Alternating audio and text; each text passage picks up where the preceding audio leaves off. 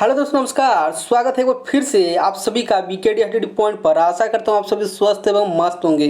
तो दोस्तों, आज के इस नए वीडियो में हम लोग देखने वाले हैं जो दुमका की ओर से एक बहुत बड़ी वैकेंसी निकल कर आया हुआ है रोजगार सेवक की पद पर, जो बहुत ही इंपॉर्टेंट पद रहने वाला है दोस्तों। झारखंड में रोजगार सेवक का जो पद है, इसमें जो कमाई है अनाप शनाप का कमाई है। तो चलिए आप लोग को इसमें सिलेक्शन किस प्रकार से होने वाला है, तो वीडियो पर आप लोग अंत तक बने रहिएगा। मैं आप लोग को डिटेल्स में बताने वाला हूँ कि अप्लाई आपको किस प्रकार से करना है। साथ ही जो इसमें क्वालिफिकेशन रखा गया है ना दोस्तों, बहुत ही कम रखा गया है। यदि आप मैट्रिक पास भी है तो इस फॉर्म को भरने के लिए एलिजिबल है। तो दोस्तों, इस वीडियो को हम लोग शुरू करते हैं। तो चलिए देखते हैं जो वैकेंसी निकला हुआ है कहाँ पर निकला हुआ और कितने पदों पर निकला हुआ है। तो दोस्तों, कुछ जो कुल है यहाँ पर 6 पदों पर वैकेंसी आप लोग को देखने को मिल रहा है। मतलब 6 पोस्ट है इसमें।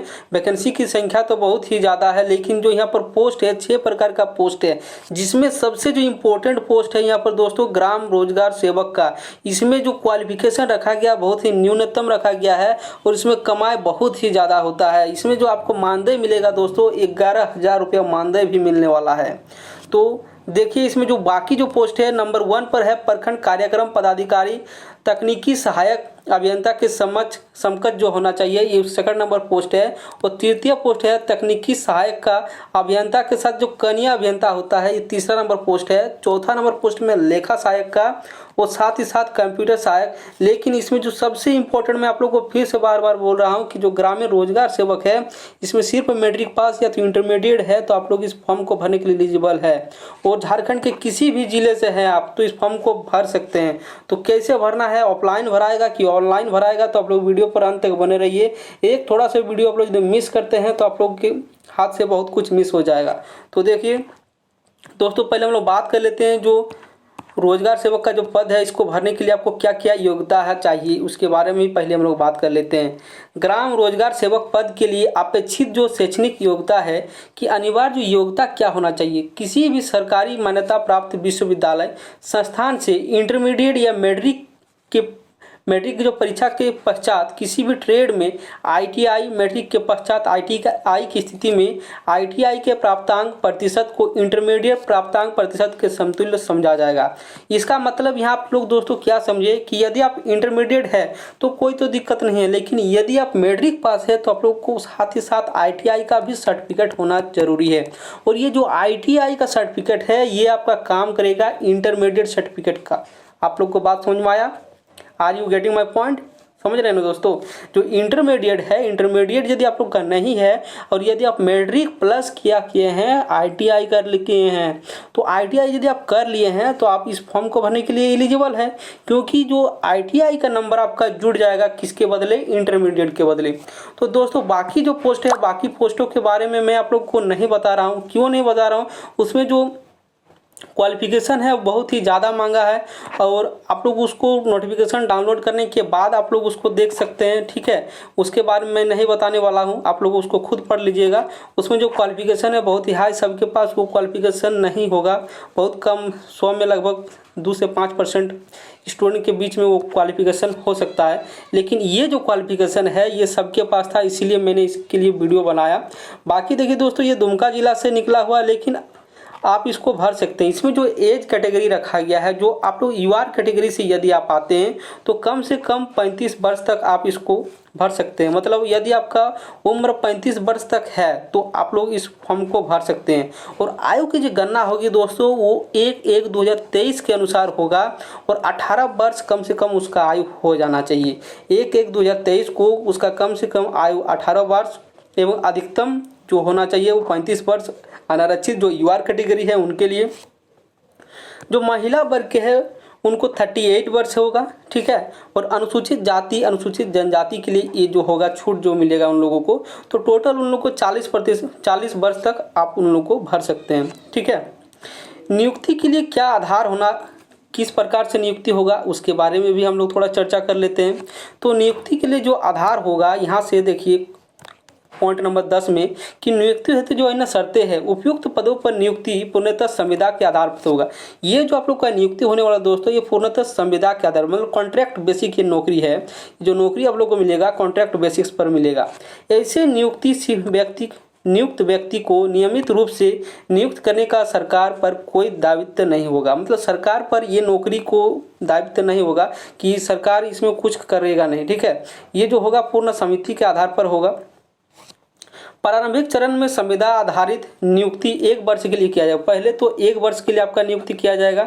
उसके बाद इस कालावधि के पूरा होने पर, जैसे ही कालावधि आपका पूरा हो जाता है तो क्या होगा, जो समिति है वो फिर से समीक्षा करेगी और यदि आपका कार्य जो है संतोषप्रद पाया जाता है तो आपको आगे जो प्रोसेस है वो बढ़ाया जाएगा और संविदा आधारित जो नियुक्ति है आपको आगे कर दिया जाएगा, ठीक है। नियुक्ति समिति द्वारा ही कार्य की समीक्षा के पश्चात उपयुक्त पाए जाने पर वार्षिक रूप से ऐसे नियुक्ति का नामीकरण किया जा सकेगा। ये आप लोग का कौन करेगा, तो ये आप लोग का जो समिति है, समिति समीक्षा करने के बाद ही आपका पद का प्रोसेसिंग आगे बढ़ाया जाएगा। संविदा के आधार पर उपयुक्त सेवाएं नवीकरण नहीं होने पर सेवा स्वतः समाप्त समझी जाएगी। यदि नवीकरण नहीं होता है तो यदि 1 अगस्त मतलब अभी सितंबर चल रहा है, यदि 1 सितंबर का आपका ज्वाइनिंग हुआ तो अगले साल 1 सितंबर तक आपका तो पद रहेगा ही। उसके बाद यदि नवीकरण नहीं हुआ तो आपका पद है ऑटोमेटिक समाप्त हो जाएगा, ठीक है ना दोस्तों। बाकी देख लीजिए यहाँ पर जो आपका कौन सा जिला वाला आप आवेदन कर सकते हैं। यदि कोई कार्यरत पदाधिकारी कर्मी ऐसे नियुक्ति से स्वतः मुक्त होना चाहेगा तो उसे अपने नियंत्रित पदाधिकारी के माध्यम से नियुक्ति पदाधिकारी को इसकी सूचना 1 माह पूर्व देनी होगी। मतलब क्या बोल रहा है कि यदि कोई व्यक्ति अपना कार्य से इस्तीफा देना चाहते हैं तो उनके जो नियुक्ति पदाधिकारी है उनको 1 माह पहले ही उनको सूचित करना होगा, ठीक है। फिर क्या बोल रहा है कि उपयुक्त पद पर नियुक्ति के लिए किसी भी अभ्यर्थी विशेष के लिए किसी एक जिला में आवेदन स्वीकार किया जाएगा। मतलब इसमें बता रहा है कि आप झारखंड के किसी भी जिले से हैं तो आप किसी एक जिले में ये आवेदन कर सकते हैं, ठीक है। मतलब यदि 24 जिला में निकला है ये वैकेंसी तो आप 24 जिला में अप्लाई नहीं कर सकते हैं, किसी भी एक जिला में आप इसको अप्लाई करने के लिए एलिजिबल है, ठीक है। साथ ही आवेदन पत्र के साथ उन्हें इस आशय का एक शपथ पत्र भी समर्पित करना अनिवार्य है कि झारखंड के प्रांत में किसी अन्य जिला में उस पद विशेष के लिए कोई आवेदन नहीं किया गया है। इसमें एक बात ये बता दिया जा रहा है कि आपको एक हस्तलिखित शपथ पत्र भी उसमें डालना है, किसमें ऑफलाइन जिस समय आप अपना फॉर्म को फिलअप करके डाक पोस्ट के माध्यम से जब भरेंगे तो उस समय आपको एक शपथ पत्र भी भेजना होगा। उसमें लिखा होना चाहिए कि मैंने झारखंड की ओर किसी भी प्रांत में इसके लिए रिगार्डिंग जो है फॉर्म अप्लाई नहीं किया है।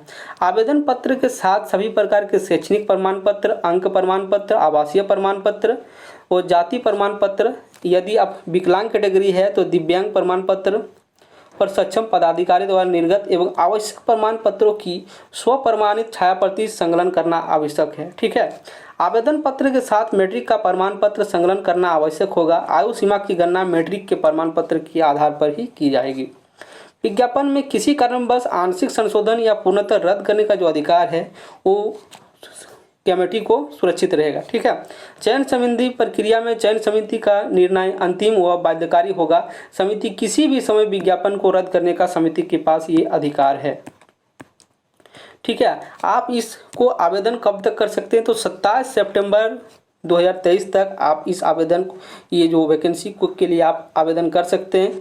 नियुक्ति से संबंधित सूचना समय समय पर दैनिक समाचार पत्र एवं जिले के वेबसाइट दुमका nic.in पर दिया जाता रहेगा। वहां से भी जाके आप चेक कर सकते हैं, या तो आप इस चैनल से बने रहिएगा तो भी आपका काम चल जाएगा, ठीक है। जो भी अपडेट आएगा इसके रिगार्डिंग मैं आप लोगों को बता दूंगा। आवेदक 1 से अधिक पदों के लिए आवेदन समर्पित कर सकते हैं। यदि आपका और भी क्वालिफिकेशन है तो आप इसको भी कर सकते हैं। जितने भी पदों पर निकला है सभी पर आवेदन कर सकते हैं, ठीक है। अपराह्न 5 बजे तक दुमका के कार्यालय जिला ग्रामीण विकास अभिकरण दुमका में केवल देखिए आपको जो फॉर्म कहाँ पर भेजना है तो दुमका में केवल निबंधित डाक द्वारा प्राप्त किया जाएगा। अन्य माध्यम से ये आवेदन स्वीकार नहीं किया जाएगा। मतलब आपको स्पीड पोस्ट के माध्यम से ही ये फॉर्म आपको अप्लाई करना है।